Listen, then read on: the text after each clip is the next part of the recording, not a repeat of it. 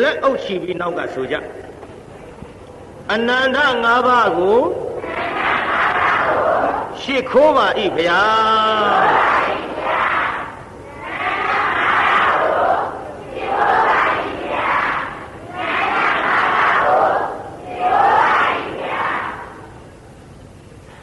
ဒီလိုရှစ်ခိုးရမှာတညတိုင်းလားညတိုင်းလားဒီကနေ့ဘယ်နှညမြောက်တော့သုံးညမြောက်ပေးသားကြီးဒီကနေ့ဟောမဲ့ဇတ်ထုတ်ကပါလေ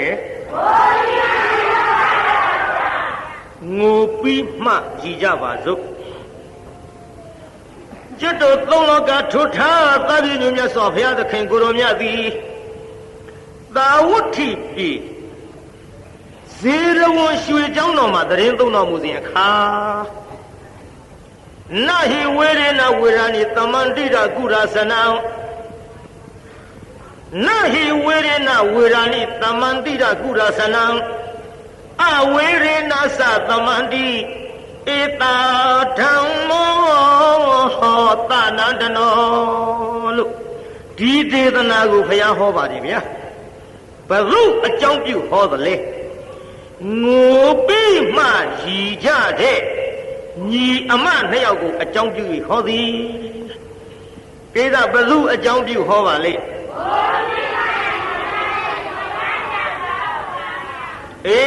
ငိုပြီးမှရည်ကြတဲ့ညီမနှစ်ယောက်ရဲ့အကြောင်းကစကြပါစို့သာဝတ္ထိမြို့မှာတထဲလင်မယားနှစ်ယောက်ရှိကြသားလေးတစ်ယောက်ခွန်းရောက်လာလိုက်အရွယ်ကလေးရလာတဲ့အချိန်ခါမှာသားရဲ့အိမ်အောင်ပြုတ်ပါတော့အမေလို့သူကတိုက်တွန်းမမေကျွန်တော်အိမ်အောင်မပြုတ်ခြင်းသေးပါဘူးကျွန်တော်မိမမလိုခြင်းသေးဘူးခမမဟုတ်တာသားရဲ့အမေကျွန်တော်ကိုဘာပြုလို့အိမ်တော်ပြုခိုင်းရတာတော့ငါသားနားလဲအောင်အမေပြောရမှာပေါ့သားရဲ့အမေတို့ဆင်းရဲသားမဟုတ်ဘူးတထေးမျိုးသားရဲ့ငါသားအိမ်အောင်ပြုပါမှဟောဒီပစ္စည်းတွေမလစ်ဟင်းမှာကဲငါသားနားလဲအောင်အမေပြောမယ်ပေါ့အမေတို့မျက်စိမိတ်လို့သေကြတဲ့အချိန်ခါမှာအမေတို့ပစ္စည်းဘယ်သူပိုင်မလဲမိဘမရှိစိဘပစ္စည်းသားသမီးပိုင်ရိုးထုံးစံမှုကျက်သူပိုင်မလဲမိဘမရှိမိဘပစ္စည်းသားသမီးပိုင်ရိုးထုံးစံမှုကျွန်တော်ပိုင်မှာဘောမိမရဲ့ဒီလိုလဲကိုမျက်စိမိတ်ပြီးသေသွားရင်ငါသားပစ္စည်းမိတ်ပြီးသေသွားရင်ငါသားပစ္စည်းဘယ်သူပိုင်မယ်ကျွန်တော်သားသမီးပိုင်မှာဘောမိမရဲ့ဒါကြောင့်ငါသားမှာသားသမီးရှိဖို့လိုလာပြီမဟုတ်လားသားရဲ့ဘာတော့အောင်မင်းနေမမေကပြီးတော့ဒီလှဲ့လာတာဟုတ်တယ်လေသားရဲ့လူမအမျိုးကြက်မှအချက်ချင်းမှနဲ့ဒီပစ္စည်းတွေဆက်ခံမဲ့လူမရှိရင်ပျက်စီးပါလိမ့်မယ်ငါသားကဲဒါဖြစ်မမေရဲ့ကျွန်တော်လိုချင်တဲ့မိန်းမကျွန်တော်ရှားယူမယ်နော်ငါသားနဲ့ပေါင်းမှငါသားရှာရမှာပေါ့ငါသားကြိုက်နှစ်သက်တယ်ဆိုပြီးအဲ့ဒီမိန်းမတွေ့လာကအိမ်တော်ပြုတ်ရင်အမေတို့ကျေနပ်လာပြီဟုတ်ကဲ့မေမေဆိုပြီးတော့သူကြိုက်တဲ့မိန်းမသူရှားယူလိုက်သဘောသူကြိုက်တဲ့မိန်းမသူရှားပြီးတော့ယူလိုက်ပြန်တော့လေသူရှားယူတဲ့မိန်းမကတရားနာပြိဿဝင်စိတ်ထားကြီးဖြစ်နေတယ်ဗျပြိဿဘာကြီးဖြစ်နေဝင်စိတ်ထားဆိုတာပါဠိမြန်မာလိုပြန်တော့မိန်းမမြုံနဲ့ပေးသားကြီးမြန်မာလိုပြန်တော့ပါတဲ့မိမ့်မမြုံဆိုပေမဲ့လို့ဘုရားဟောတဲ့ကျမ်းဂန်ကြည့်လိုက်တော့လေမိမ့်မများတန်တယ်မယူတဲ့မိမ့်မမရှိဘူးတဲ့ဗျပေးသားကြီးတန်တယ်မယူတဲ့မိမ့်မရှိရဲ့ရှင်မယားတန်တယ်မယူတဲ့မိမ့်မမရှိဘူးပြောပြီးရှင်မယားဒီဝင်စိတ်ထားမိမ့်မမြုံကြီးကဘာတော့ဗျာမယူတာပြောတာမှမဟုတ်ဘဲနဲ့မြုံတာပြောတာမြုံတဲ့အကြောင်းကလည်းဒီလိုရှိပိုးခဲရင်လည်းတန်တယ်ပြက်ခန္ဓာကိုယ်ထဲမှာပိုးတွေရှိပြီးတော့လေတန်တယ်လွဲတဲ့မိခင်ကအစအတော့မဆင်ရင်လို့အပူစက်တွေစားရင်လည်းတန်တယ်ပြက်တယ် အလေးအပင်တွေရွက်ပြီးတော့အကုန်းအကွာအနေအထိုင်မဆင်ခြင်ရင်လည်းတန်တွေပြက်တယ်မြုံတာတန်တွေမယူလို့မဟုတ်ဘူးတန်တွေပြက်ကြောင်းအင်္ဂါတွေကြောင့်ပြက်လာသည့်အတွက်မြုံတယ်လို့ဆိုပေမဲ့လို့တန်တွေမယူတာပြောတာမဟုတ်ပါဘူးတဲ့မာထာလုံးတေးသေးချာချာမိမများမြုံတဲ့မိမမြုံတယ်ဆိုတော့ယောက်ျားမမြုံဘူးလားမေးတော့ယောက်ျားလည်းမြုံတာပဲခင်ဗျားတို့ကအောင်းမိမှာပေါ့ယောက်ျားကဗျာတန်တွေလွယ်ပြီးကလေးမွေးဖွားတာမှမဟုတ်ဘူးယောက်ျားမြုံလားဗျာမြုံတယ်ဗျာဘာလို့မြုံတာတော့မမင်းနဲ့မြုံလို့ပေါ့ဗျာရထဲရှောင်းမေးတော့မြုံတဲ့ယောက်ျားတွေရှိမှတ်ထားတော့ဒါကြောင့်တချို့သားသမီးမရတဲ့လင်မယားဟာသူ့ကြောင့်လိုကိုကြောင့်လိုနဲ့ရံဖြစ်ကြတာလောကမှာရှိတယ်ဘုန်းကြီးပေါက်ရှာပြောတယ်လည်းမအောင်မင်းနဲ့လူလည်းလှုပ်တယ်လည်းမအောင်မင်းနဲ့နည်းနည်းတော့လှုပ်နေတာပဲဒါကြောင့်တရားနာပြည်သားကြီးယောက်ျားလည်းမြုံပြီးမိန်းမလည်းမြုံပြီးအခုတရားနာပြည်သားကြီးမိန်းမကမြုံတာထင်ရှားစေခြင်းလို့ဘုရားကိုယ်တော်များဟောတဲ့ဒေသနာဝင်စိတ်ထဆိုတဲ့ပါဠိကပြလာသည်မိန်းမမြုံတော့သာတန်ဒီမခဘူးသာတန်ဒီမခတော့ရောက်ခမလုတ်သူကညီးတွားလာခက်တော့တာပါပဲသားရဲ့အမေတို့ရှာပေးစားရင်ဒီလိုဖြစ်မှာမဟုတ်ဘူးမင်းကိုယ်တိုင်အကြိုက်ကိုရှားယူလို့ဒီမိန်းမမြုံဖြစ်နေပြီခက်တယ်သာသမီရစေခြင်းလို့အမျိုးမပြတ်စေခြင်းလို့အိမ်တောင်အပြုခိုင်းတာအခုတော့မိန်းမမြုံဖြစ်နေတော့သာသမီမရဘဲနဲ့ဒီပစ္စည်းတွေဘယ်သူဆက်ခံမတို့သားစကားပြောပြီးညီးလာတဲ့အတန်ကိုချွေးမကကြားပြီပြုပြေးသားကြီးချွေးမကြားပါလားချွေးမကြားတော့အကြံထုတ်ဒုက္ခပဲငါမိမ့်မမြုံဖြစ်နေတော့ယောက်ျားများလည်းခက်တယ်သားသမီးရတဲ့မိန်းမပို့ပြီးတော့ချစ်ခင်သားပြဟိုတုန်းကပို့ပြီးတော့ချစ်ခင်ကြဟိုတုန်းကပြည်မျိုးကလူတွေဒီလောက်ပြောသိယောက်ျားများကလည်းသားသမီးရတဲ့မိန်းမပို့ချစ်ခင်ကြဟိုတုန်းကအခုခေတ်တော့ကွာငါမပြောချင်ပါဘူးပြောချင်ပါဘူးဟာမလေးသားသမီးရှိပါလျက်ကနေအလှပြက်မှာစိုးလို့ပြောချင်ပါဘူးကွာငါလည်းမပြောချင်ဘူးနဲ့ရှားရှည်ထွက်နေတယ်ကဲပြန်သိမ့်လိုက်ကြပါစို့ကွာငါရှာဒါကြောင့်တရားနာပရိသတ်ကြီးသားသမီးရတဲ့မိန်းမကိုလင်သားကပိုချစ်သည်သားသမီးရအောင်ဖန်တီးနိုင်တဲ့လင်သားကိုလည်းမယားကပိုချစ်သည်ဒါကြောင့်လင်ချစ်စေမယားချစ်စေဆိုပြီးတော့ကြမ်းခံနဲ့ကြိုက်ပြီးတော့ကျုပ်တချင်းတစ်ပုတ်ရေးခဲ့သည်လင်ချစ်စေမယားချစ်စေပြည်မျိုးကလူတွေလိုချင်ဘူးလားပြည်သားကြီးလင်ချစ်စေမယားချစ်စေမလိုချင်ဘူးလားဟောစိုးပေါင်းစားလေးတွေကကောက်ဖြေးနေရဒုက္ခပဲကွာလူကြီးတွေကဘာလုပ်နေမှလည်းမသိဘူးဟာငါတို့မှများဖြေးသားဖြေးတရထောက်ပဲဘာဆိုင်တို့ဖြေးလူဖြေးဟာလူကျင်ရမယ်ဗောယောက်ျားတိုင်းမိန်းမတိုင်းအကုန်လုံးဖြေးကြစမ်းအကုန်လုံးမဖြေးရင်တော့ကြုတ်ရဲတဲ့သချင်းဒီနေ့မဆိုဘူးတော့ပြီပြည်သားကြီးလင်းချစ်စေမယားချစ်စေမလိုချင်ကြဘူးလားသချင်းတော့ဝါဒနာပါလားနော်မဆိုမှစိုးရိမ်လို့ခြေစင်းနဲ့ဘုန်းကြီးဆိုမယ်ပြည်သားသချင်းသားကြမှာလိုက်ကြနားထောင်ကြည့်ဖယားဟောဒေသနာကိုနေခြေစင်းငါဆိုမယ်သချင်းသားကြမှာလိုက်တော့နည်းနည်းလေးအဆိုခက်နေလုံးဖယားဟောဒေသနာကိုဖွေရှာလောင်းပေးမယ်အဖေဘဂဝါဆေးနဲ့ဖြင့်တဲ့အောင်နေစေခြင်းမှာတဲ့ဘောကွယ်ယောက်ျားမင်းမနှစ်သွဲ လင်းချစ်စေမယားချစ်စေကိုမနေအောင်ယူစေခြင်းမှာအေးအဲ့ဒီလိုဖျားတယ်အဖျားတော့တတ်ပါမှာပေါ့ကဲလာလိမ့်မဟဲ့ဘုရားဟောကြားငံတဲ့ကတခြင်းလေးဆိုသမ်းမှာတင်ခုတ်တရနီကေမြတ်စွာဘုရားဟောကြားခဲ့တယ်ထင်ရှားအောင်နာစေခြင်းနဲ့မတုခါမတုဝေအဟုတ်ကိုထုတ်ပြတယ်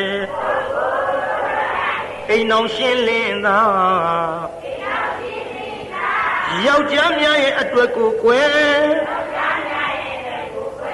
ဘုရားဘဂဝါရဲ့ဥရိသသုထုတ်ဆောင်ပြခဲ့တယ်ပေချာလဲနားထောင်ဟဲ့ကြမ်းကန်နဲ့ကြိုက်ရည်မိမများလင်ချစ်တဲ့ဆေးကမာတုကာမသုတ်အင်္ဂုတ္တရနိကေဘုရားဟောယောက်ျားများမယားချစ်အင်္ဂုတ္တရနိကေမှာဘုရားဟော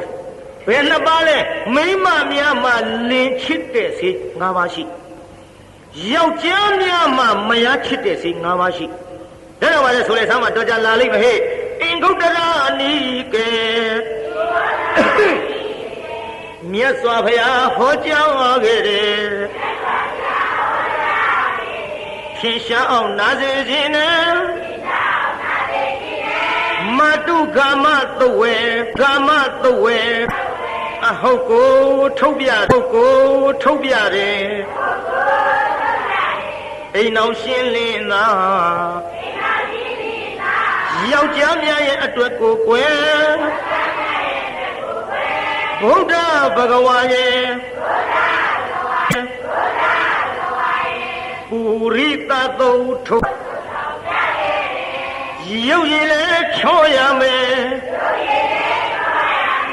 လက်တစ်ချောင်းရှုဟိဥစ္စာလည်းပေါ်ရမယ်အကျင့်သီလနှောလို့မပြည့်တဲ့သဘောနဲ့သာသမီလည်းရရမယ်အဲ့ဒါမှလင်းနဲ့မယားအများကြီးချစ်နိုင်တယ်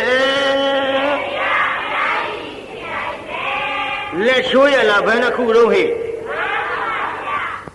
ရုပ်ချောတာလည်းသိတော့ပါပြီနော်ရုပ်ချောလို့မိမရုပ်ချောလို့ယောက်ျားကချစ်တယ်ယောက်ျားရုပ်ချောလို့မိမကချစ်တယ်ဆိုတော့လင်ချစ်စေးမယားချစ်စေးဒါကရှင်းပါတယ်ဥစ္စာပေါ်ရမယ်ဆိုတာလည်းရှင်းပါတယ်အကျင့်သီလနှောတဲ့ဘာလဲဟဲ့အကျင့်သီလဆိုတာအကျင့်သီလဆိုတာမလုတ်တဲ့လူပြီးကိုလင်သားမှတပါးလော်လီဖောက်ပြန်ခြင်းမရှိဘဲနဲ့လင်ကိုနတ်ကဲ့သို့တယုတသေးလှုပ်ကြွေးလို့ရှိရင်ဒါလင်ကပူချစ်ပါတယ်ယောက်ျားကြပြန်တော့ထုံနည်း၎င်းပဲမိမိမယားမှတပါးမဖောက်ပြန်မဲနဲ့အကျင့်သီလရှိရင်မယားကပူချစ်ပါတယ်ဒါအကျင့်သီလနှောပြီးပဲအတူကောင်းတော့အကျယ်တွင်မပြောနိုင်ဘူးဇတ်ထုတ်ထဲဖြတ်ထည့်ရလို့နောက်တစ်ခုကမပြည့်တဲ့သဘောတဲ့လင်ကစီးပွားရေးရှာတဲ့အလုပ်ပြင်းပါနဲ့မယားကချက်ပြုတ်လုတ်ကင်ကျွေးပြီးတော့ထိမ့်သိမ့်ဆောက်ရှောက်မှုမပြင်းပါနဲ့စီးတဲ့ရေတဲ့ပိဿစီးတဲ့ရေလင်းရှာတဲ့ပစ္စည်းကစီးဟောစီးတဲ့ရေမယားကမယုံမဖိတ်အောင်သိသိတာကဆယ်တဲ့ကစီဆန်တပင်တင်းချစ်ချင်းမယားမျက်စပ်ပိုးဝင်ဆိုတာတွေခဏတို့သိကြပြီးသားတွေပါဗျာဒါကြောင့်တရားနာပိဿကြီးအင်မတန်ချစ်တဲ့လင်နဲ့မယားကိုတောင်းကကိုရလို့ကိုတာဝန်ကိုထမ်းရရင်ဒီအိမ်တော်ရေးตายပြီးတော့လင်ကမယားကိုချစ်သည်မယားကလင်ကိုချစ်သည်ဟောလေးခုနောက်တစ်ခုကဘာပါလဲသားသမီးရအဲ့ဒါကိုယောက်ျားများအတွက်လည်းဖျားပြထားတယ်မိန်းမအတွက်လည်းဖျားပြထားတယ်ဆိုတော့ဒါယောက်ျားများယုံတဲ့သဘောယောက်ျားများမြုံတဲ့သဘောဒီတိုင်းကျမ်းဂန်မှာထင်ရှားလာတာပေါ့ဒါတော့မိန်းမလည်းမြုံတယ်ယောက်ျားလည်းမြုံတယ်ဆိုတဲ့သဘောပြေးသားကြီးသဘောပေါက်မလား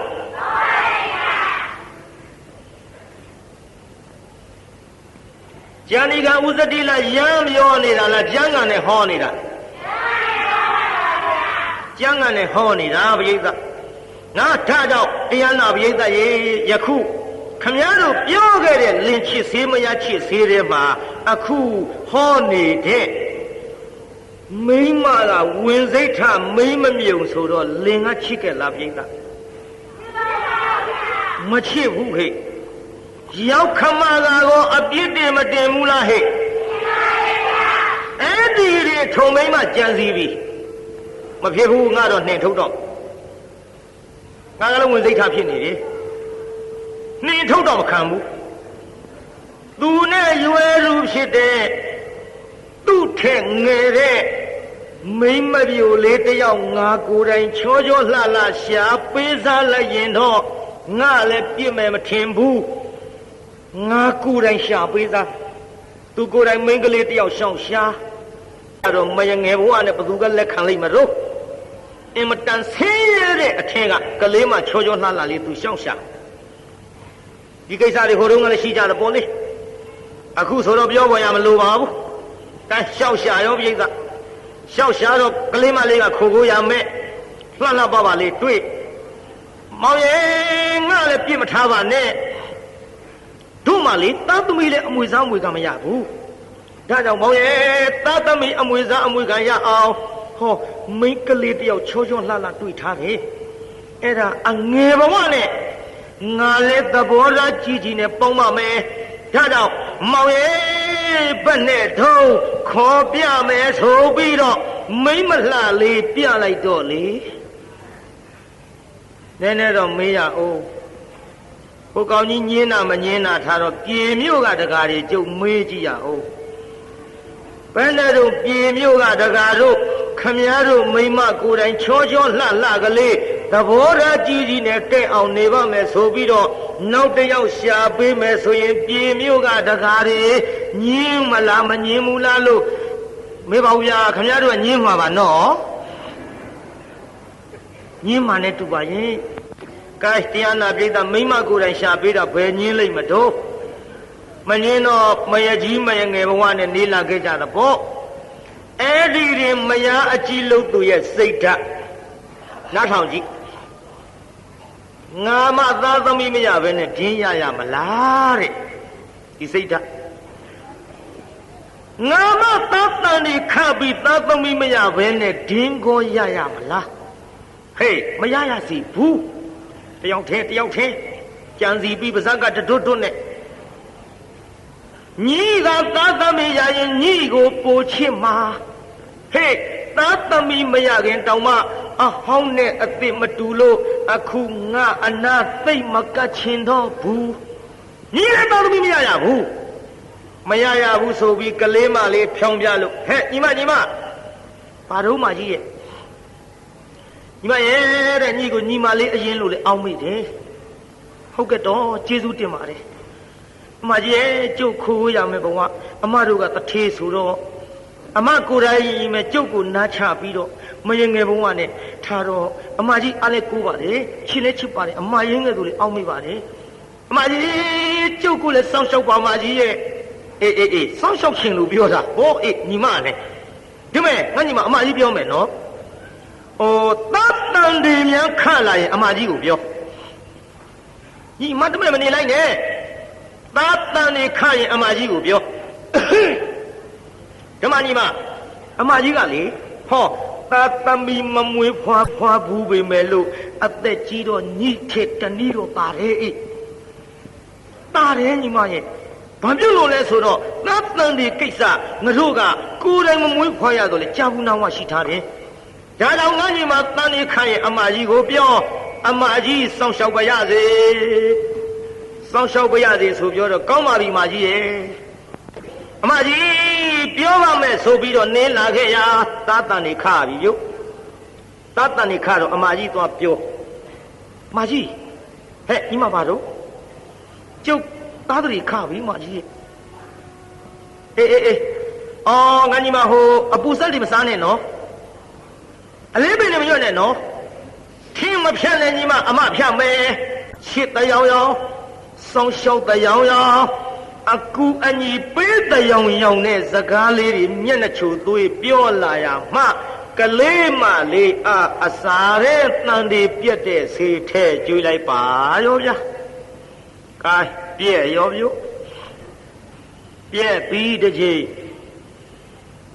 ပြန်တော့ကလေးမလေးသိရှာဘူးအမှတ်တမဲ့ပဲပေါ့ဟဲဘာပြုလို့ပါလဲဟုတ်တော့ဘာပြုလို့ပါလဲသိဘူးပြက်တာပဲသိတယ်ဘာဖြစ်လို့မှသူမသိဘူးဒီလိုနေလာကြရနောက်တစ်ချိန်တန်လေးခပြန်တော့အမကြီးကိုပြောပြဒီလိုတန်လေးပြက်တဲ့ဆင်းနဲ့ရောကျွေးနှစ်ကြိမ်ပြက်ခဲ့ပြီပြက်ပြီးတော့လာလိုက်တာဒီကနေ့ကလေးမလေးရေစိတ်ထွက်လာခဲ့ရေအိုးလေးနဲ့မိမသုံးယောက်နဲ့သွားတွေ့ဟဲ့ညီမဘာတော့မတို့ရဲ့အေးတို့ကြီးမှုပြောရအောင်ငါကြီးပါမေးတာကိုမှန်ပြောနော်ညီအေးသားသမီးလည်းမရဘူးအော်အမကြီးရဲ့ကျုပ်လေသားတရီခတော့ခတယ်တော့ဟဲ့ခပြီဘာလို့မရတာတော့အဲ့ကိုရောင်တဲ့စကားလေးတွေမျက်မဲ့ဘောအေကိုအကြောင်းကိုဒီမဲ့ငါညီမညီသားတန်လေးခပြီးတော့မရတာအကြောင်းထဲကျွေးလိုက်ပါရောဗျာအကြီးကြောင့်ကြီးသိရလားဒီတစ်ချိန်ပြန်တော့ကလေးမလေးသိရှာဘူးအမှတ်တမဲ့ပဲပေါ့ဟဲဘာပြုလို့ပါလဲဟုတ်တော့ဘာပြုလို့ပါလဲညီမကြီးလည်းသွားမပြောနဲ့နော်ညီမကြီးကြောင့်မေးရအောင်မယ်ဟိုဒီတန်ဒီတီတဲ့ကိစ္စနဲ့ပတ်သက်ခပြန်တော့အမကြီးကိုပြောပြဒီလိုတန်ဒီပြက်တဲ့ဆင်းနဲ့ရောကျွေးနှစ်ကြိမ်ပြက်ခဲ့ပြီပြက်ပြီးတော့လာလိုက်တာဒီကနေ့ကလေးမလေးရေစိတ်ထွက်လာခဲ့ရေအိုးလေးနဲ့မိမသုံးယောက်နဲ့သွားတွေ့ဟဲ့ညီမဘာတော့မတို့ရဲ့အေးတို့ကြီးမှုပြောရအောင်ငါကြီးပါကိုအောင်မပြောရမှာပေါ့ဒီမဲ့ညီလင်သားနဲ့အဲ့ဒီမိမနဲ့ရတော့လေသားတူရောက်ခမများကခမဆိုးလို့ညီကိုသူကိုယ်တိုင်ရှာပြီးတော့ပေးစားတာအေး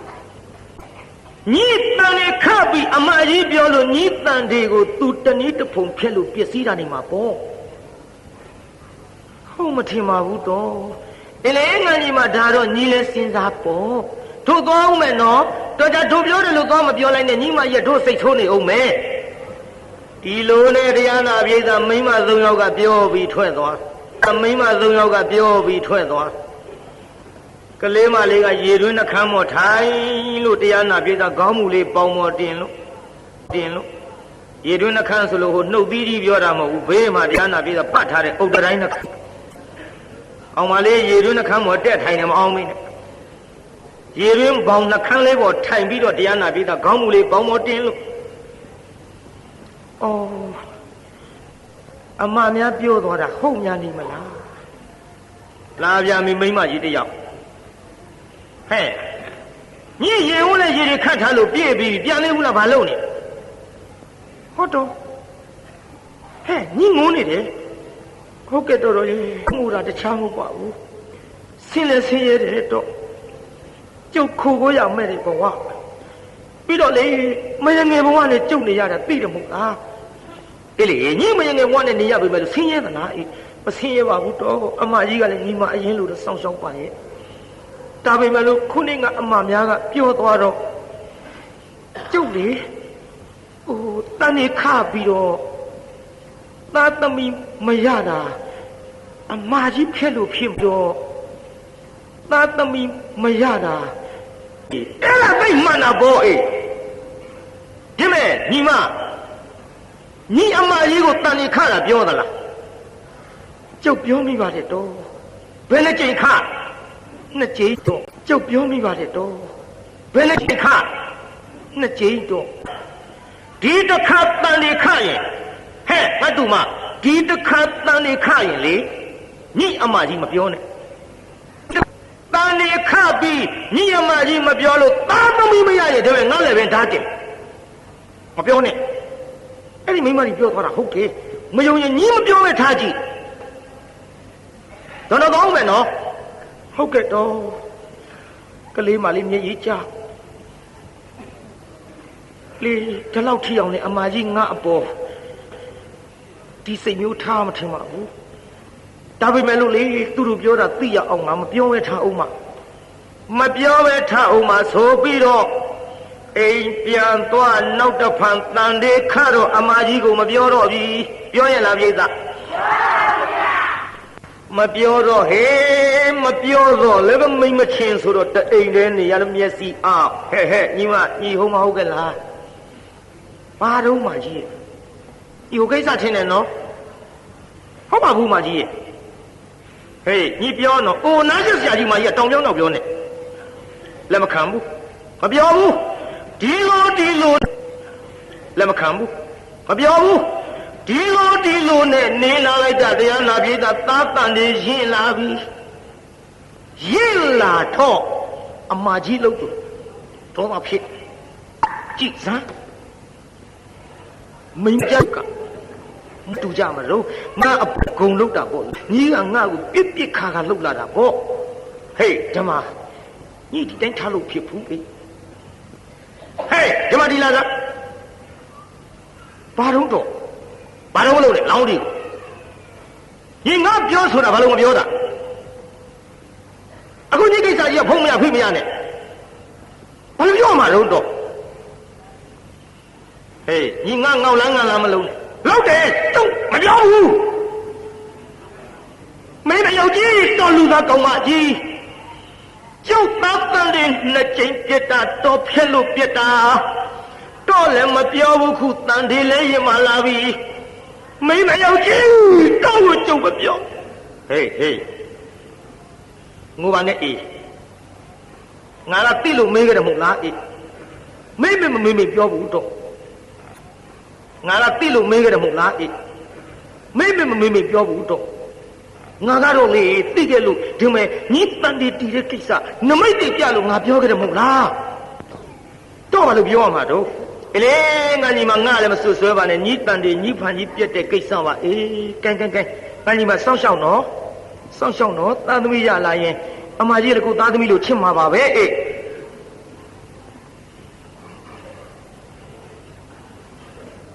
ဒီလိုမျက်နှာချိုးသွေးပြောပြီးတော့လာရမှာတရားနာပိဋကကြီးအတူနေတော့လေဖြက်လို့လွယ်တကူတနေ့တစ်ချိန်ကြတော့တန်ဒီတနေ့တစ်ချိန်ကြတော့တန်ဒီပြက်တဲ့ဆေးအစာရင်ထဲရောကျွေးလိုက်ပါရောဗျာနှုတ်တော့ကိစ္စမရှိဘူးပေါ့တန်ဒီရင်မှဖျက်ချလိုက်တော့ကလေးအသက်လေတဲ့တိုင်းပုတ်စော်နာနဲ့ပါဇက်ကကမ္မဇလေးကလည်းမလှုပ်ကလေးမလေးအော်ဒုက္ခအမကြီးရဆက်ပြရပါပဲရဲ့အမကြီးကျုပ်အပေါ်ဖက်နဲ့ကြောင့်ဘယ်ဘဝကရညိုတွေထားလို့ဒီလိုများလှုပ်လေသတော့ကျုပ်လေးနေရတော့မယ်ဟုတ်ပါဘူးဝင်းထဲကတသရီကလည်းမလှုပ်မရှားနဲ့ပါဇက်ကလေတဲ့တိုင်းပုတ်စော်နာမီဘေဘီအတွင်းကလေးဘေဘီထပါရဲ့မကြီးခိုးရမယ်စားရမယ်တောက်ရမယ်မိမသားညီမအရင်လိုအောင်မိတယ်ဆိုပြီးတော့တော်လေကျုပ်ကိုအခုတယောက်တတ်တော်တာထင်ရဲ့ကလေးတွေမကကျုပ်အသက်လည်းမနေရတော့ပါဘူးဖေရဟမလေးမျက်စိတွေလည်းပြလာပြီကြည့်လို့လည်းမမြင်တော့ဘူးကျုပ်လေဒီဘဝတော့ဘူးပဲလေးလည်းမနိုင်တော့ပါဘူးဒီဘဝကလေးသေအောင်မကကျုပ်ကိုလည်းသေအောင်တတ်တဲ့မိမယုတ်ကြီးမို့ဒီဘဝတော့မနိုင်ပေမဲ့လို့ဟောနောက်ဘဝကျုပ်ဘလို့ဖြစ်ပြီးတော့တော်သားသမီးတွေကိုစားနိုင်ရပါလို့ဤတော့ကလေးတွေကိုကျုပ်ဘလို့ဖြစ်ပြီးတော့စားနိုင်ရပါလို့ဤ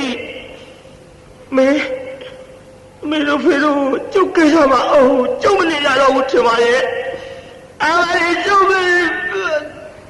သေပါကိုင်းကျုပ်မောလှတယ်ကိုင်းဟုတ်သားသေမမိမသေမပြောရတဲ့ဘုန်းကြီးမသက်သာဘူး cái bế ra chứ về và lá bế ra su trong bế ra chứ về và lá bế ra su trong qua là hệ mấy mà nhà su trong là về trong sẽ à con mi gồm mà sâu xe xe na thằng gì bỏ cái lễ mà lễ về qua rồi đi ăn nạp ra ấy cái lễ mà lễ cái ấy em bà phía đông số rồi chiao người lý doa phía cái đó cái lễ mà lễ ấy em bà phía tôi nhà thế sao đó tu luyện là nhà thế sao đó rồi hey đi làm vào không quên ba đâu nhỉ đâu mà lâu này là ông nhớ gì ba đâu nhỉ đâu mà lâu này là ông nhớ gì mấy mấy người về đó là gì ta đâu ya tu lu kisa này tu lu tê ra ra về yo tê ra mộc phu quệ yo tê ra mộc phu cái nàyပြောlên sang này đâu mà thu vào bây giờ là mình ngápပြောlà mình ya chỉ đoan màပြောnè hey thế mà mình ya anh nghe tê ra mình ya chỉ ta lu bia hey mà bia này ngáp mà naပြောra taပြောlu lấy bia heyဘာဖြစ်လို့မရုံးကွတန်နေခိုင်အမကြီးပြောဆိုပြီးသူနှစ်ကြိမ်ဖြက်လို့ကလေးမလေးရေတွင်းပဲထွက်လာတော့ဒုနဲ့တွေ့လို့ပြောမိဘူးတဲ့မပြောနဲ့လို့ပြောတဲ့ကိစ္စမေ့မရငယ်ကမပြောလို့ဒါတပ်ပန်မပြောလို့ဒါတပ်ပန်နေမိမယုတ်ထားမှုတွေတော့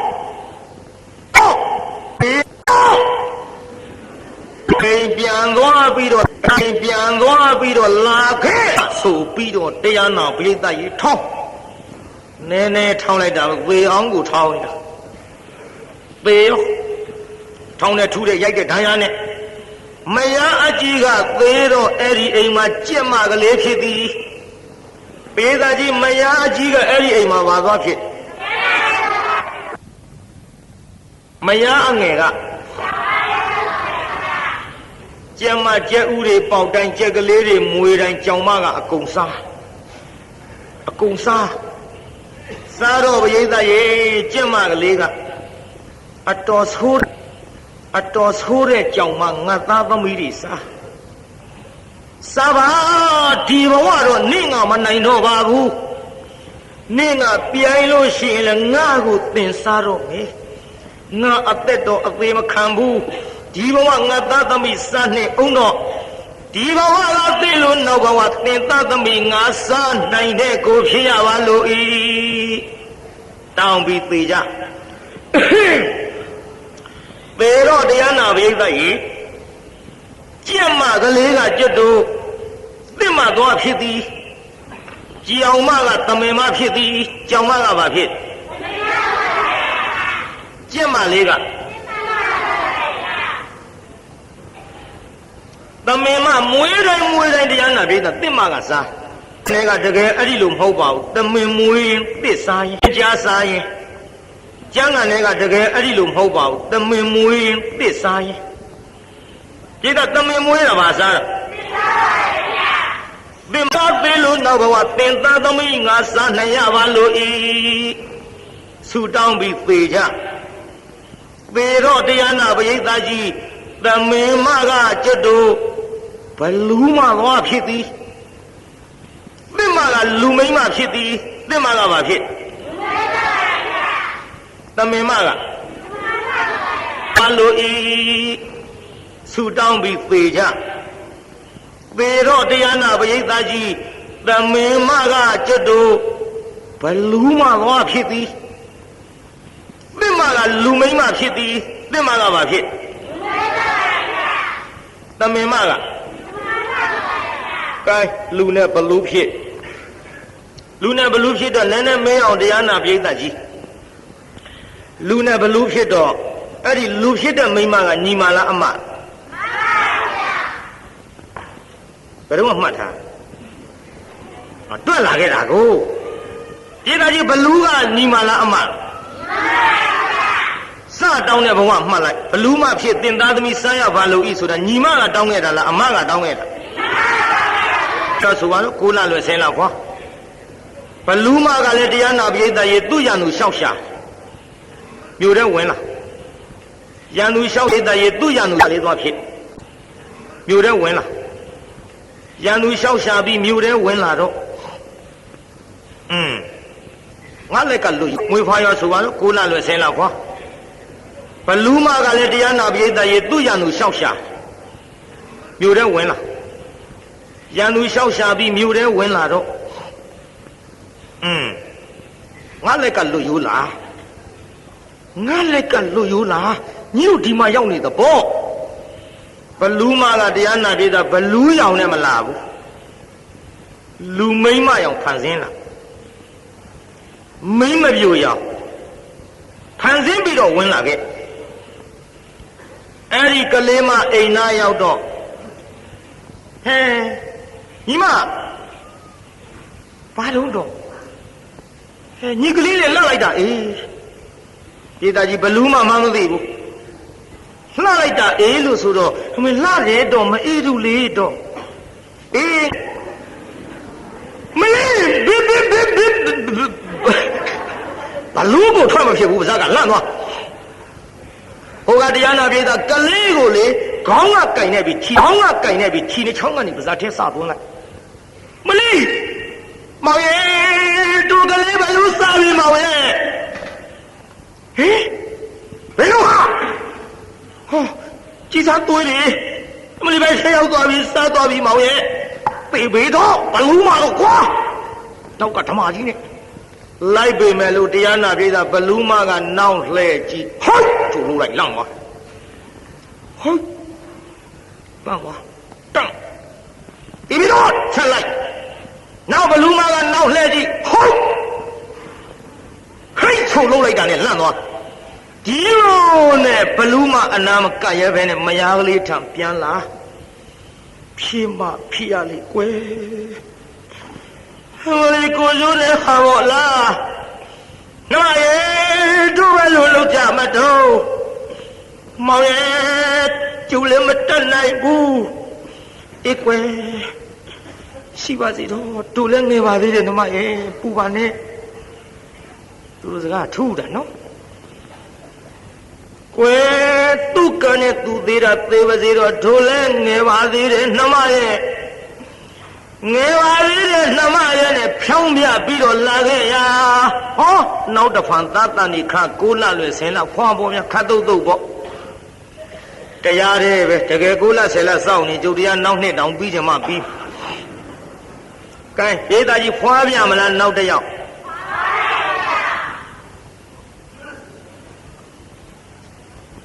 နောက်တစ်ယောက်ဖွာပြန်တော့တရားနာပြိဿရေလာပြန်ပြီဘလို့မဒီလိုပဲတရားနာပြိဿမိမကြိုအောင်ဖန်ဆင်းလာခဲ့တဏ္ဍခါပါမဏိနဲ့ဆံမင်းလေးဖားရချလို့လင်လုံးတဲ့လူကတော့တရားနာပြိဿဒီနောက်သားတစ်ယောက်ရကြတဲ့ကဓာတ်ကိုထက်အောင်သွေးထားတာဓာတ်ကိုထက်အောင်သွေးထားတာဓာတ်ထက်အောင်သွေးထားပြီးတရားနာပြိဿလင်လုံးတဲ့လူကလည်းအိမ်ထဲဝင်အသွားပေါက်လာပြီခုနှစ်ကမိဘလူးမဟောကလေးလေးပွေးလို့အိမ်မက်မျက်နှာပြူလမ်းပဲကြောပေးနောက်ကရောက်လာပြီးတရားနာပိဋကကလေးပွေပြီးနှုတ်ချိုတိုက်ကျွေးနေတဲ့မိမရဲ့ခေါင်းပေါ်ကနေလက်ကြီးနဲ့ဟောဒီတိုင်းနိုင်လက်ကြီးမြင်လိုက်မလေးဟေးပေးဘလူးမပေးငါကလေးပေးတရားနာပိဋကရဲ့ခြေတော်ကလေးကသူကဆွဲတာဟိုကခေါင်းကြီးကအုပ်ဆွဲတယ်တခါတည်းဆွဲပေးမယ်လို့မိခင်ဆိုတော့ခြေတော်ကလေးပြတ်မှဆိုလို့လွတ်လိုက်တဲ့ဘောဩဒါကြောင့်မဟောသရာပြဿနာတွေထဲမှာခမရတို့သိကြနော်ဘလူးနဲ့ဘလူးဖန်ဆင်းနဲ့မိမနဲ့တကယ်မိခင်နဲ့တာလူတဲ့နေရာမှာမဟောသရာဆုံးဖြတ်တာလေဘလူးမကတော့ဇွတ်ဆွဲတာပဲသာသမီမမဟုတ်ပဲနဲ့ဟိုကမိခင်ဖြစ်တဲ့မိမကတော့လှုပ်ပစ်လိုက်အဲ့ဒါလှုပ်ပစ်လိုက်တာကိုမိခင်နဲ့ဗျအကျဉ်းသာတရားရှိအခုလည်းဒီတိုင်းပေါ့ဘလူးမကတအားဆွဲလိုက်တော့ကလေးလေးလှုပ်ပစ်လိုက်လှုပ်ပစ်တော့ဘလူးမစားလူကလေးမလေးကိုကျိုးနေပါဘောလားသားရဲ့ဟေးတစ်ချိန်ကလက်ကျရှိပြီဘလူးမငါပဲတော့ငါရညှိုးရောက်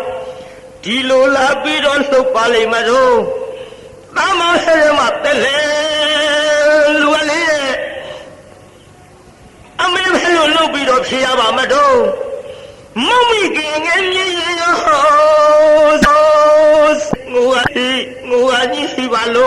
Diri Mye Queen on one thumb on Londale Be Mamma Be Mamma Hiluale Move the Bobia Either a melo to move la By a melo bit of Chiavamado Maue to the Lusa to Yamaguelo Paluma Madamaya too Mahata Sahava Wallo Tola a kid with Puyaga Biragunamio Biragunamio Idang move la vida Padumone Radohe A me hair Ida ji Padumone Radohe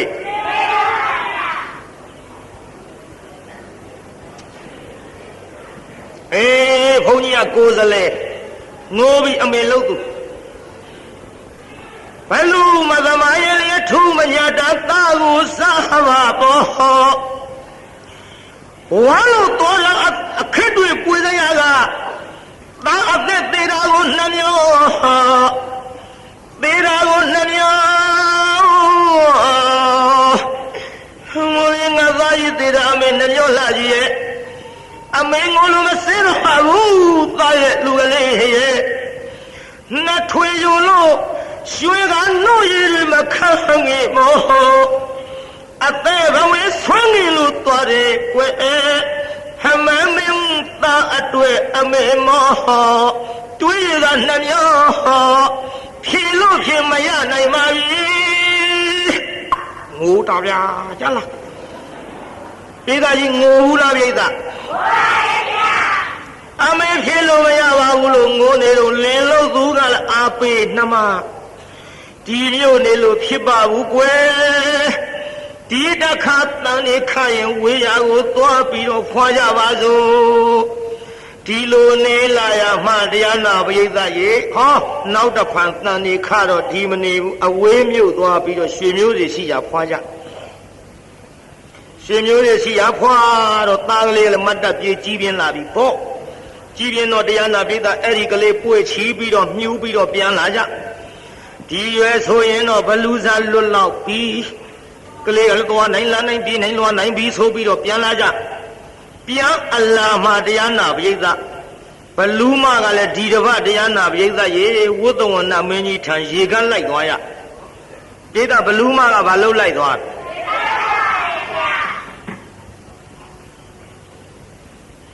Allah Momon at Samin Payacha Luyang Panzin When I be mute When I do Canada Bible go talk a lady in it. But I want to talk to the walk on a minute of Mamma. Canada ladies or go talk lady. Colonia so they Minokina Mino, I beat in it. I'm hoping. Colonia so they got G. Canada like he. Eddie Paluma, Mude, Mimilu, young Panzimi, Samin Fire Chow, when water. Ha! He gone. They love an agua. I told you they don't let them see who won. Hey, but don't know that. But only the Baluma, Yemlo. You don't waiting on me, my dear. Heck on it. Nathan. I don't know. A year low money in it. Menu Pamalu. Pamaya Malaysia, can I see it? You know whom? Don't fly. Only the Dilang Aturu. Timmy. At a lumo who? Remember the unit in my Lubas, Lulani, the lumo who. Hoto. Minu Jawula to you.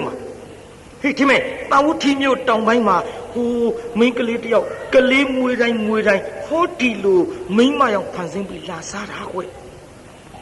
At a Paluma. Yeah? He got a Paluma. Hey, He only blew. We got here, we got. ဘလူးမကတော့တရားနာပြည့်တဲ့အိန္ဒိယမြေဘူးသူလန်းသူလျှောက်သွားရှာတဲ့ပေါ့ရှာရင်လည်းပဲတရားနာပြည့်တဲ့တချို့မိန်းမတွေကဘလူးမဝင်တဲ့တယောက်စကားတယောက်နာပြောကြကလေးတွေအိမ်နဲ့သွင်းပိတ်တချို့ကချောင်ကြီးနောက်တရားနာပြည့်တဲ့ဟိုကလေးမလေးနေတဲ့အိမ်လူကတော့မရှိဘူးအဲ့ဒီအိမ်နာကအဖွားကြီးနာရောက်သွားဖွားကြီးကအိမ်ပြင်မှာငုတ်တုတ်လေးထိုင်လို့မေကြီးဟဲ့ငါခေါ်လာဘယ်လူတော့ဘွားကြီးကကျုပ်ပါမေကြီးဒီငါလူတွေပဲသွားကြတော့မပြောပါနဲ့အေးကြီးအိမ်ငါခလေးမအကြောင်းဟောသေးရင်တော့ဘလူမကောအေးဘွားကြီးဘာမှမသိဘူးဘလူမှမသိဘူးရမ်းတော့ဟင်ဘာလို့လို့တော့မေကြီးရဲ့ဘာပြုလို့ရမလဲအေးကလေးနှစ်ယောက်ဘလူမလာစားသွားလို့အေးအတော်ဆိုတဲ့သေခြင်းတို့ဘလူမငါတနာလည်းတနာပါရဲ့အေးအခုတော့ဘလူမရံငါလွတ်အောင်ဆိုပြီးတော့အဝင်းမြို့ရွာမှာသွားမွေးဖွားကြလေအေးဟုတ်ကဲ့အမေကြီးကြုတ်သွားပါဦးမယ်အေးကောင်းပါပြီတော့ကောင်းပါပြီထွက်သွားရောဘလူမထွက်သွားဘေးအိမ်ကမိန်းမတယောက်ကလာပြီးခွာကြီးဟဲ့ဘာတော့ဟဲ့တို့ရှမ်းပြောနေတာပဲပေချင်းစိုးဘလူးမလေးပါလေးနဲ့ခုနကလာမေးတာဘလူးမတော့ဟင်မလဲကြတော်မူလားဘလူးမကကြတော်မူကြပါလို့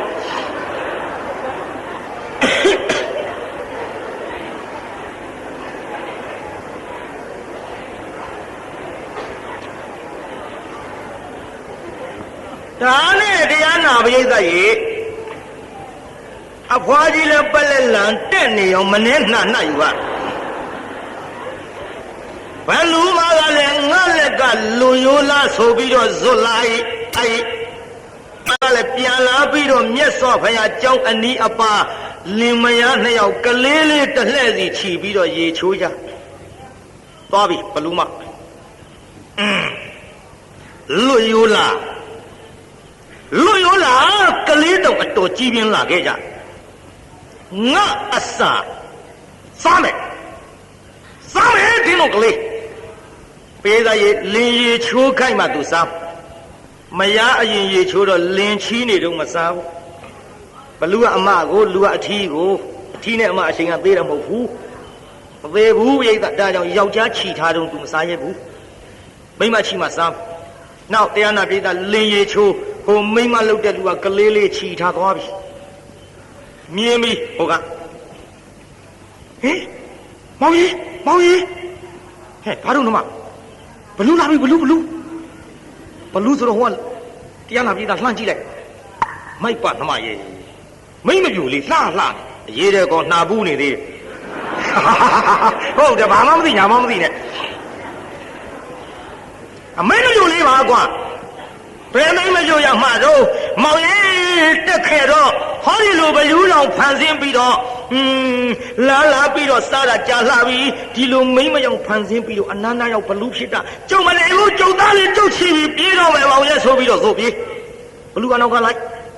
ဒီတော့ဟိုတော့အခုမှရေရတဲ့အဆိုးလည်းပဲနေမှမသိဘူးမြေအောင်သာဖန်ကြည့်တရားကိုခန့်နေတာဟေးဘလူးရဟုရိတ်သားရေဘလူးမကနောက်လှည့်ကြည့်ဟုတ်ထိုလန့်သွားအနောက်ဆက်လိုက်ဘလူးမကဟိတ်ထိုလန့်သွားဒီလိုနဲ့တရားနာဒေသကလေးမလေးကပြေးတယ်မြတ်စွာဘုရားခန္ဓာကုတီတိုက်ခဲဆုံးဝင်တော့မြတ်စွာဘုရားခြေပမိုးမောကလေးလေးချလို့မြတ်စွာဘုရားအဲ့ဒီကဲတော်မူပါဗျာဒီတော့ကဲတော်မူပါဗျာဟဲ့ရှင်သမီးပါဖြစ်ဘလူးမကြီးလိုက်လာပါပြီဗျာဘလူးမလိုက်သွားတရားနာပြီးသားခန္ဓာကိုယ်ဒီတိုက်ပေါက်ကြတော့တကားဆောင်တဲ့နတ်ကမဝင်ရလို့ဘလူးမအပြင်မဲ့ရတယ်ဟဲ့ချစ်သမီးဘာဖြစ်လားမှန်လားပါဗျာဘလူးမကြီးတော့ကလိုက်လာပါပြီကဲတော်ပါဗျာဒီတော့ကလေးစားတော့မှာပါဗျာဘုရားမြတ်စွာစိနေရဤရှိဘဝတော်အောက်ဝင်လာရောက်၍လျောက်တင်မရစေဒီပြီးတော့မှကလေးတွေကိုနှစ်ကြိမ်စားခဲ့ပြီဗျာအရင်ဘဝရှေးရန်စားကြောင့် Nala twin at the Balusa, Tibido Kalini of Saga here, Hori Tatia Kalejaro, Talia Chat at the Atago, Huawei Apia, the Jerusalem Mona Pianga of here. Yanu me Masau Quinahu Atim Mania Lula to Karima Apu Eya Aulo Kemalomua Faya Kemalomua Faya Paluma Muraboya Murabo what had said to me. Take, Mapune, Napia, Tan Yoka, Tindo, Apu, Manamia, Joyam, you don't anana 20s. 20s, so you don't anana 20, if you make Luma, you do it. You don't anana kind of what you do 20, kind of 20, Joma. Yes, of the other Bluma, you be my she don't mafia.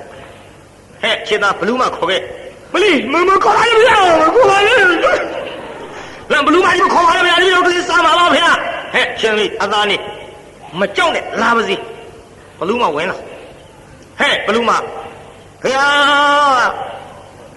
Tim Benne Job, Deep Tange Maya, Kalina Jane Sabi, Akudati, Amaya, Rivene, Tataya Vasaya, Janado. Malava Pia, Tavidoma, Sudan, Young Saya, Young of Pia. Sudan, Young Saya, Young of Pia. Paluma tu yang nu keep the address saya me ajong. Ya so phya liao tha. Di lo ma myat so phya ku ro myat ka. He. Paluma tin do di mi ko ma song mo ma song ma la. Pin lo di nau lu bwa rong a ya hyo jaw. Jin le jaw phit do la sa ke ja. Ta me ne tit phit do la sa ke ja. Aku palu ne lu phit ja do la sa ja yan bi. Migo Masong Jiang net Juelo and Jigan Kimbo Lo One Jubin Zang Lo Kawaii Zari Pijali He Kai One Jubin Zang not Nenelid of Yoya. Did a one of Jubin out 8.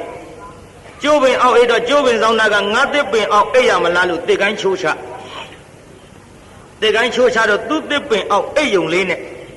Did the wind count on the down cool? The kept down Namakuba, who a yegale cool and a big and chucha, Tuja, the boy, young unit, Tretwater, Lermadi of Landry. A bit of it. I wouldn't walk home. Padako. I don't know whether over the junior Javankota. Maho Woode, the Woodum Ludenia, Juda accounts, oh, Nevia. Wonga. Tanya Diana be the Jew and one lay. Legani Jubin on the Yaula, a bin let them up, Babulo, not Jubin Co. Nasa, Juda, Kobo Segumashiwa, Buddha, who not do the one at the Voodoo look at Juda, Gaunes who look. Eh? Jesus, dipping ye, not the gang chuchalu, not dipping a cocaine one thing let Tayula. A bin let them up, they don't let Ubo load the Havana look. Don't kind of joy you are to look at Mahahu. Let Ubo load the near Woonye a council. Can you and let Tanwa be on land with the one beyond that Woonye Quadro, no Udalum Sumi, Ula Bida. Beda in the Udalum Sumula. Yan, you, Emadan Jose, and come out of here. Hayakuronaga, Nahi, waiting now with any Tamandida Gudasana. I waiting us at Tamandi, Ita Tamotana, the Noyelo. Ha, Titana Tama, Lipa, Pialaito, Paluma, the dating a wisi Kesa, Quawe, Todavan Pio, Neo, be the woo.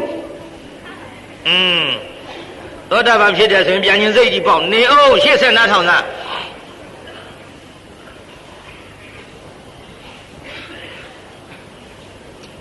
Beda you Paluma, Piedwater. Todavan left here, Diana, Bieda ye. Piaguronaga, head, Chidami,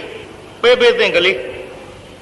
That's how you have a long look, baby Chidami bay. Pay to the yes of your little ally. Yes of your Baluma, Latena, Mamalova, the Zali, Malova, to me, Mabune. မပူနဲ့ဆိုဘလူးမလက်ထဲအလိုက်တော့ဘလူးမကဘယ်စားတော့ပြေးသားကလေးလေးကြည့်ပြီးတော့ပြုံးပြေးသားကလေးလေးကြည့်ပြီးပါဖြစ်ပြုံးပြီးနောက်ဘလူးမကြီးမျက်ရည်ချပြုံးမျက်ရည်ပေါ့လေပြေးသားကြီးဗာမျက်ရည်ငါတရားမနေ့ကလည်းပြုံးမျက်ရည်ဒီနေ့လည်းပြုံးမျက်ရည်ပြုံးပြီးမျက်ရည်ကြတယ်ပြုံးမျက်ရည်ဆိုတဲ့ဇာကဒါမျိုးနေမှာဘောလို့ထည့်ပြောကြည့်ပြုံးတာကဘာပြုလို့တော့မှားနေတဲ့အယူကြီးကွာလို့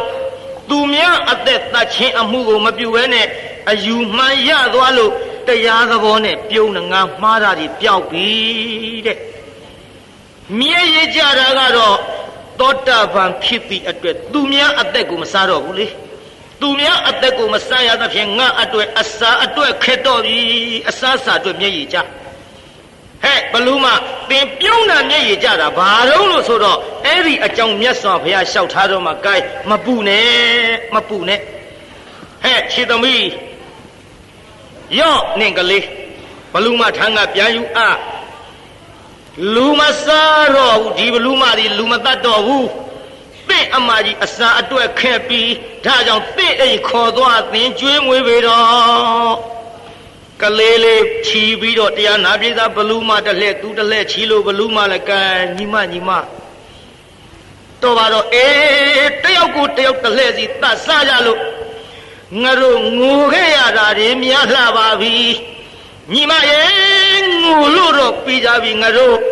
ငိုပြီးမှတော့ရည်ကြပါစို့လို့ခိုပြီးတော့အိမ်ခေါ်သွားပေးသားကြီးအိမ်ခေါ်သွားဗလားအိမ်ခေါ်သွားတရားနာပြေသားဘလူးမကြီးကြက်ခိုးစင်ပေါ်ထားတော့လည်းမိခိုးလို့မနေနိုင်တစက်မိတ်ထားတော့လည်းချီလည်းရသွန်းလို့မနေနိုင်စီယိုထားတော့လည်းရွာတဲ့ဟာတွေလည်းခက်သားပဲစီယိုထားတော့လည်းခိုးနန်းဒီနန်းနေကြောင်မနေနိုင်တော့တရားနာပြေသားညောင်မင်းကြီးအောက်ကွန်းလေးဆောက်ပြီးတဲ့နတ်စင်လေးလူပေါ့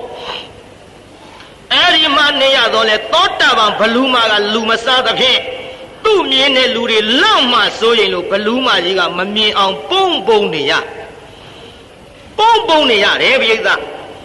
နောက်တော့တရားနာပိဋကကြီးအဲ့ဒီလိုနေရောက်မှသူကမိုးနမိတ်ကိုသိလာသည်ဒီနှစ်မိုးခေါင်လိုက်မယ်ဒီနှစ်မိုးများလိုက်မယ်ဟဲ့ငါညီမဒီနှစ်မိုးအားကြီးများလိုက်မယ်ဘသူကယူတယ်ပြောတောင်ထိတ်တဲ့ဆိုင်